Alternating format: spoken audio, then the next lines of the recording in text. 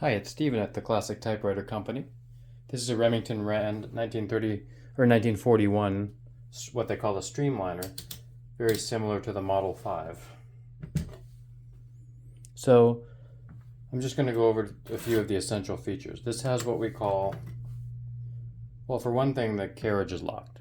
That's this little knob, this little chrome knob here. What you do is you push that back, frees the carriage. This switch here is the carriage release. There's also a version on this side on this one. And if that's forward, you can slide the carriage freely.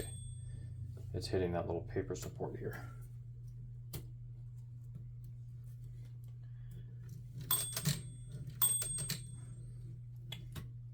And I'm going to look into that piece. So this is the reverses which way the ribbon is going, ribbon reversal. It'll do it automatically, and if it gets stuck or if it's hung up in an area, you use that. This button here, you can see it ratchets by line. You push this button here, it frees it up. Rarely need to use that. These have a series of rollers in the rear here. These ones have been covered with some rubber.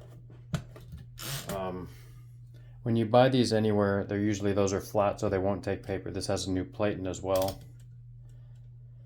This is the roller release over here, this little chrome knob. Not generally necessary unless you're straightening a piece of paper. Another little tricky thing is this little textured piece here. You kind of pull it out and roll it down, and that'll give you the double space. You roll it up and it'll give you single space. Not that intuitive. More intuitive is this black or red indicator. Black or red ribbon. This is the margin release. So when you hit the margins are adjusted back here. You see you push them in, then you can slide them freely. I'm going to move it over for the demo. When you hit the margin, the bell rings. Margin release will let you type a few characters past that. Backspace is obvious. This is called a self-starter instead of tabs. It moves the carriage about 5 spaces.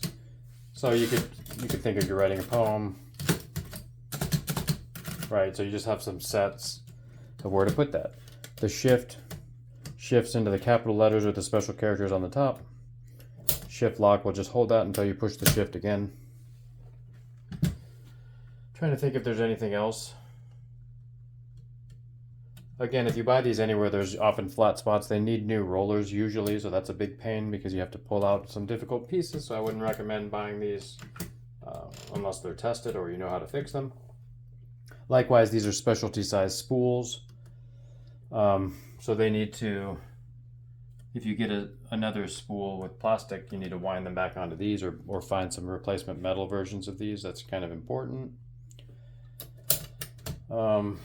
That's about it. It's just a streamlined, beautiful, vintage style writing machine. Again, this one is from 1941. Really excellent decals and logos. Love it. A lot of these have the metal nickel key rings, and these have black painted key rings. You can see how they'll often get a little wear from just being used. That's the nature of these. We can touch them up if they're really worn. Not that necessary. It kind of lends a beautiful patina to the age of the thing.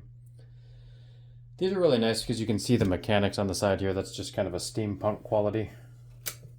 The bottom of these, if they have the black key rings, then the bottom, a lot of the parts in here are black as well, whereas they're not in the standard Remington number 5.